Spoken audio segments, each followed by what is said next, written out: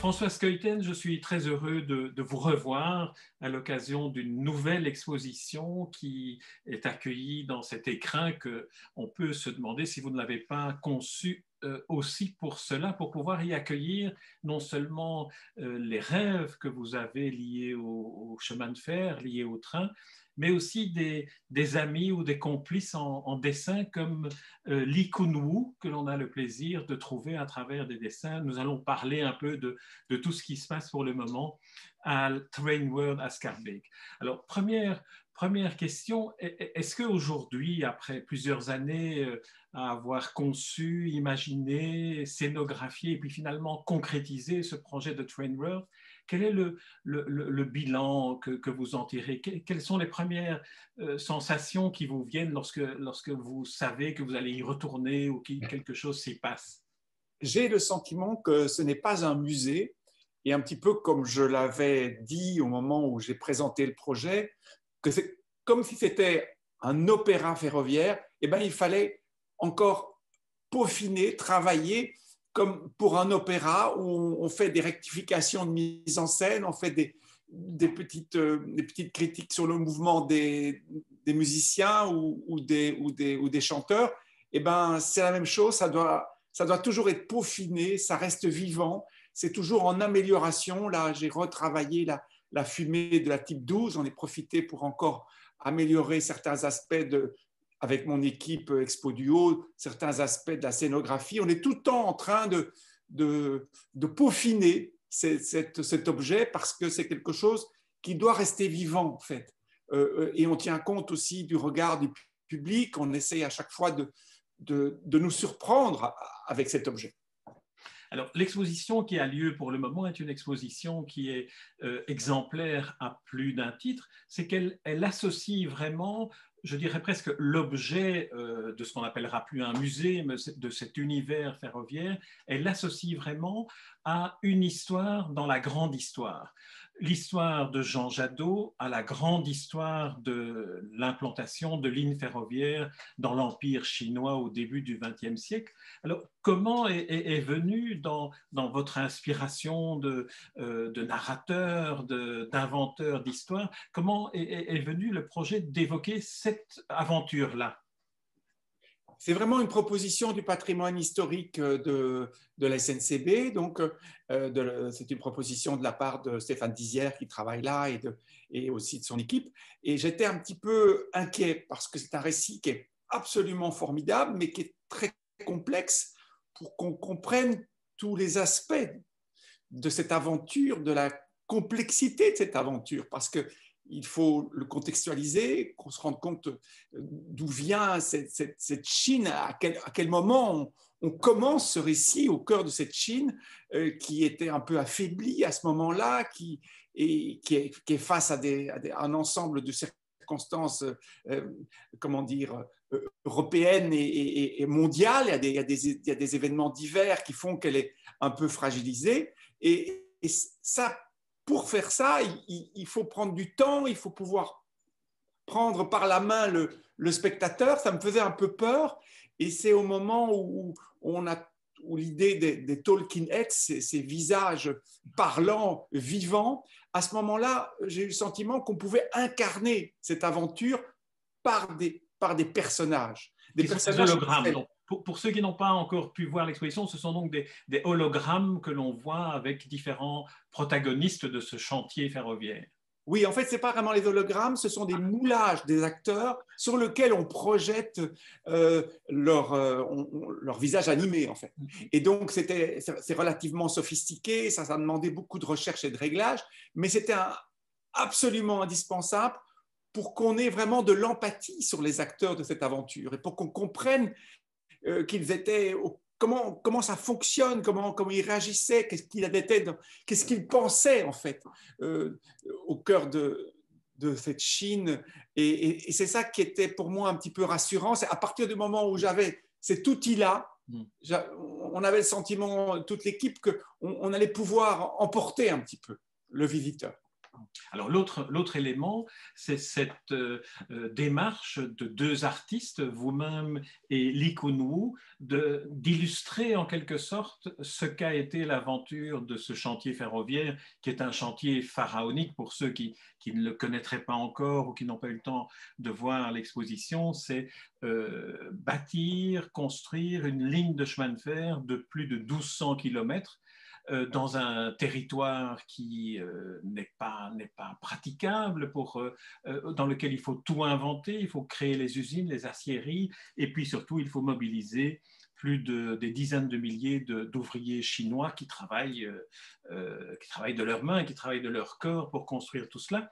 Et pour illustrer, je dirais presque pour humaniser cet immense chantier, les dessins que vous faites à quatre mains avec Lee Kun-woo nous permettent presque de ressentir ce que cela a été davantage que les photographies d'archives que l'on a.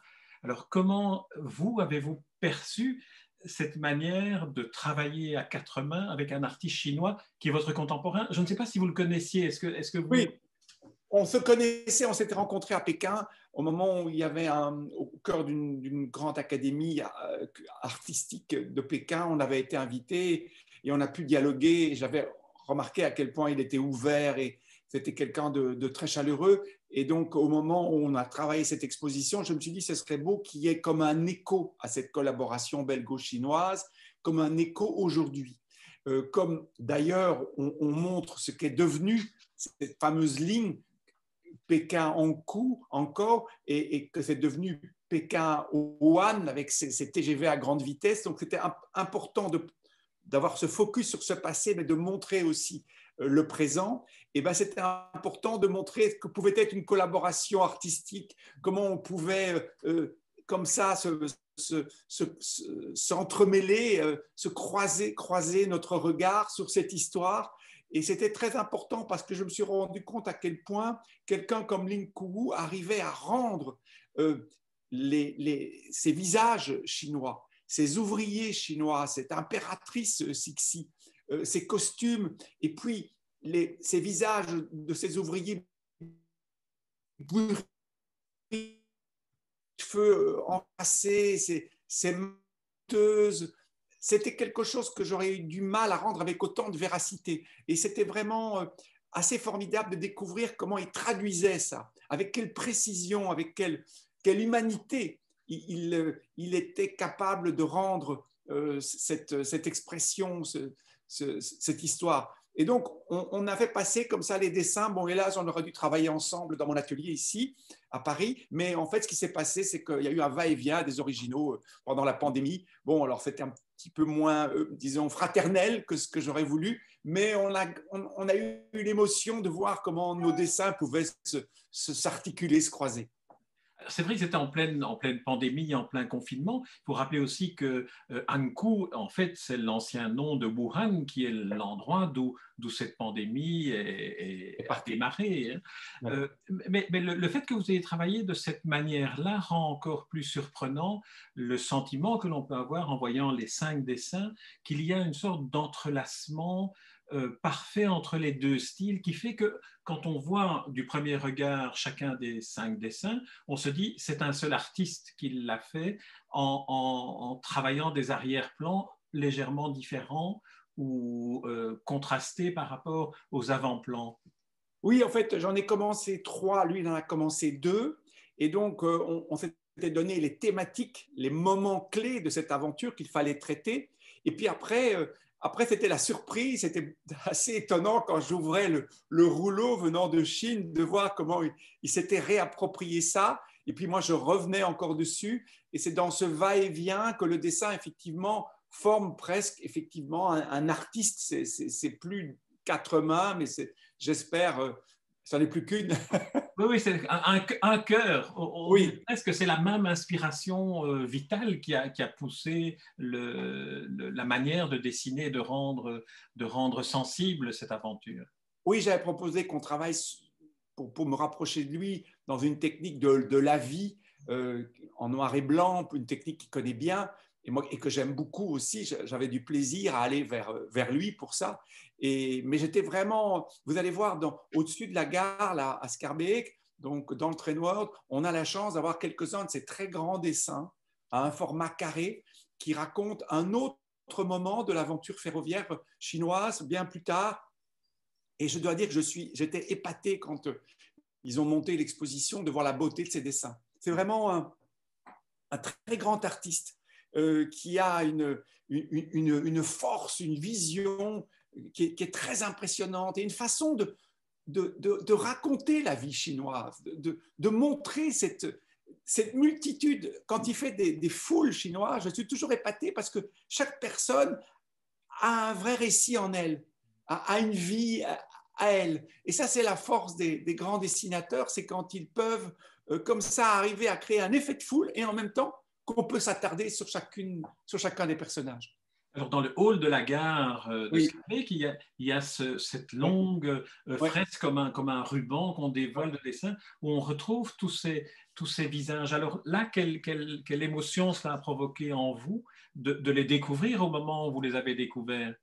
C'est-à-dire que ce qui est formidable, c'est à quel point c'est pour moi un magnifique contrepoint à l'exposition, parce qu'on parle de Jean Jadot, on parle de cette aventure, on parle de comment il a tous les problèmes qu'il a dû résoudre, la complexité de cette Chine qu'il ne connaît pas, dans laquelle il est plongé. Et il a dû faire preuve d'abord de tout son talent d'ingénieur pour construire le pont sur le fleuve Jaune, plus de 3 kilomètres, ça c'est déjà une fameuse prouesse de technique. Mais en dehors de ça, il a dû faire preuve de beaucoup de diplomatie pour accorder les différentes influences. Il y a eu la guerre des boxeurs qui a endommagé en partie la ligne. Il a dû là aussi retrouver des financements. C'était bien plus qu'un ingénieur en réalité. C'est quelqu'un qui a eu une capacité à faire avancer le projet de diverses façons.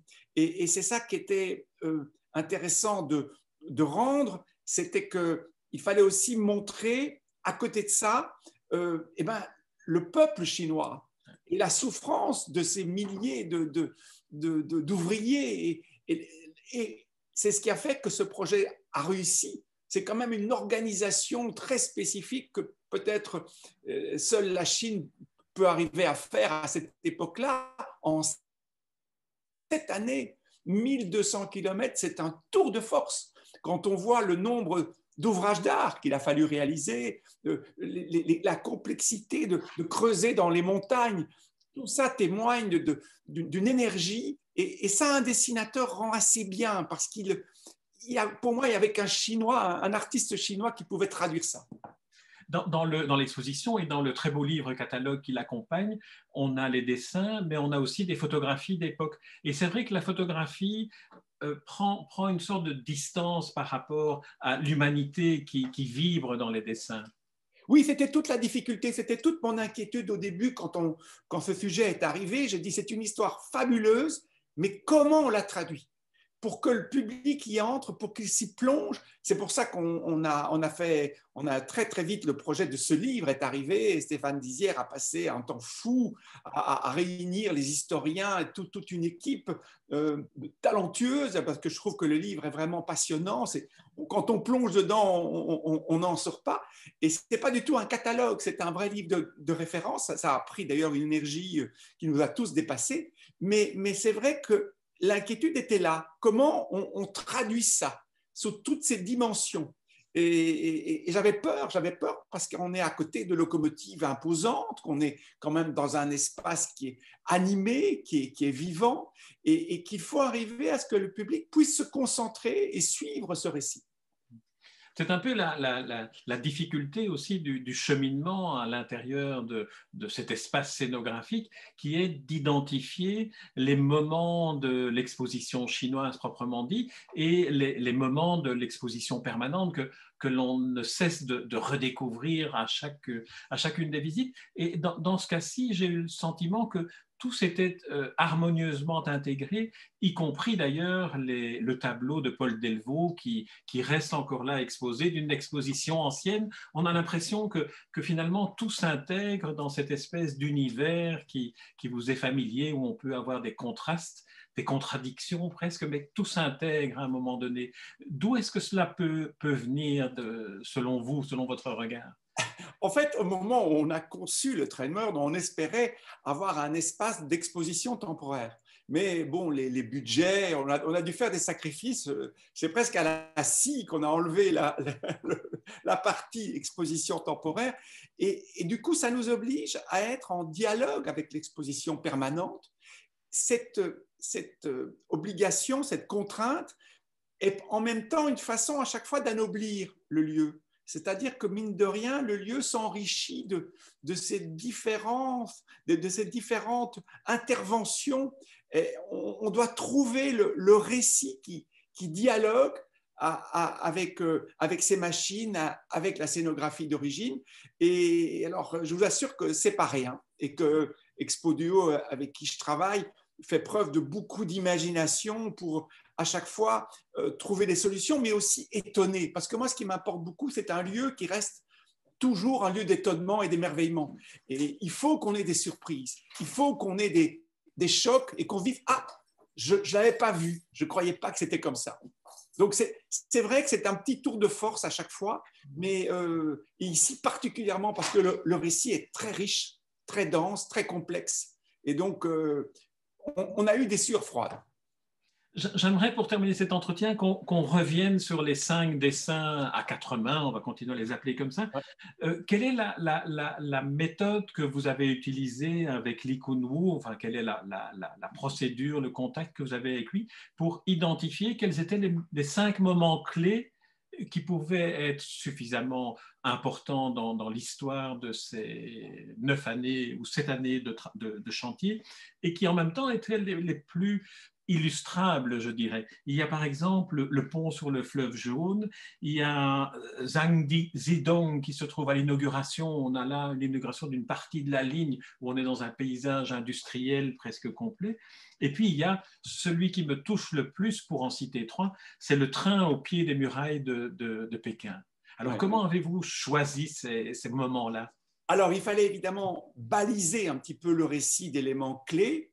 On ne pouvait pas se permettre de ne pas dessiner l'impératrice Cixi, on ne pouvait pas se permettre de ne pas montrer la muraille de Pékin et comment le train entrait ou longeait d'abord la muraille avant d'entrer dans Pékin.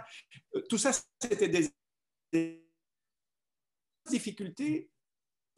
Ce que tu poses, c'est quel est le rôle du dessin par rapport à la photo? Qu'est-ce que peut apporter un dessin? Et donc là, il faut en même temps que la photo nous apporte et nous aide à trouver la crédibilité. On ne peut pas mettre une locomotive qui ne correspond pas à l'époque, qui ne correspond pas au site. Donc, on doit avoir un ensemble de documents qui nous permettent de construire l'image. Et en même temps, on doit aussi se détacher de la documentation et de la photographie. Et donc, à un moment donné, un petit peu par effet je dirais, naturel, on se resserre sur quelques moments dont on est à peu près sûr que nous pouvons faire une image qui aurait en même temps les particularités du dessin et le côté spectaculaire qu'on pouvait faire à deux, et en même temps qui est la crédibilité. Parce qu'on est quand même sous le regard d'historiens, sous le regard d'un public qui parfois connaît assez bien le sujet. Je suis toujours étonné, depuis qu'on a lancé l'exposition, on a découvert des tas de gens qui avaient des morceaux de cette aventure, qui nous montraient les documents appartenant à leur famille, ou qui avaient participé d'une manière ou d'une autre à cette aventure. Et dès lors, il faut faire très, très attention. Donc, c'est une responsabilité qui est un peu complexe, puisqu'il faut aller donner à voir, et en même temps avec rigueur, et en même temps avec une part aussi d'imaginaire, parce que c'est à ça que sert le dessin. Alors, François Skeuten, une toute dernière question. Est-ce qu'on peut espérer que Lee Kun-woo vienne voir l'exposition d'ici à la date à laquelle elle se terminera, c'est-à-dire le 10 octobre? Est-ce que c'est envisagé? Est-ce que c'est prévu? C'est souhaité en tout cas pour ceux qui ont vu son œuvre. C'est souhaité, l'invitation est là. La seule chose, évidemment, comme tout le monde se doute, ce sont les contraintes qui, pour l'instant, ne le permettent pas. Moi, j'en rêverais parce que je crois qu'il serait ravi aussi, il serait très, très ému, et parce que je crois qu'on avait envie quand même un jour de faire ce fameux dessin vraiment en temps réel ensemble, ce qui n'a pas pu être fait, et de le réaliser. Donc, au moins un qui serait comme une espèce de revanche sur ce qui nous est arrivé. Très bien. En formant des vœux pour que cette revanche ait lieu et qu'on puisse y assister, François Skeuten, je vous remercie vraiment du fond du cœur pour cet entretien et puis pour ce lieu magique que vous avez créé et que vous investissez avec tellement de bonheur, d'enthousiasme et d'énergie qui vaut le détour, comme disaient les guides Michelin. Et j'invite tous ceux qui nous regardent et qui nous écoutent à toutes affaires cessantes, aller à la gare de Scarbeck, visiter cet opéra ferroviaire que vous avez inventé il y a quelques années déjà. Merci François Skeuten. Merci Jean Geniot, merci pour l'intérêt que vous portez à cette aventure.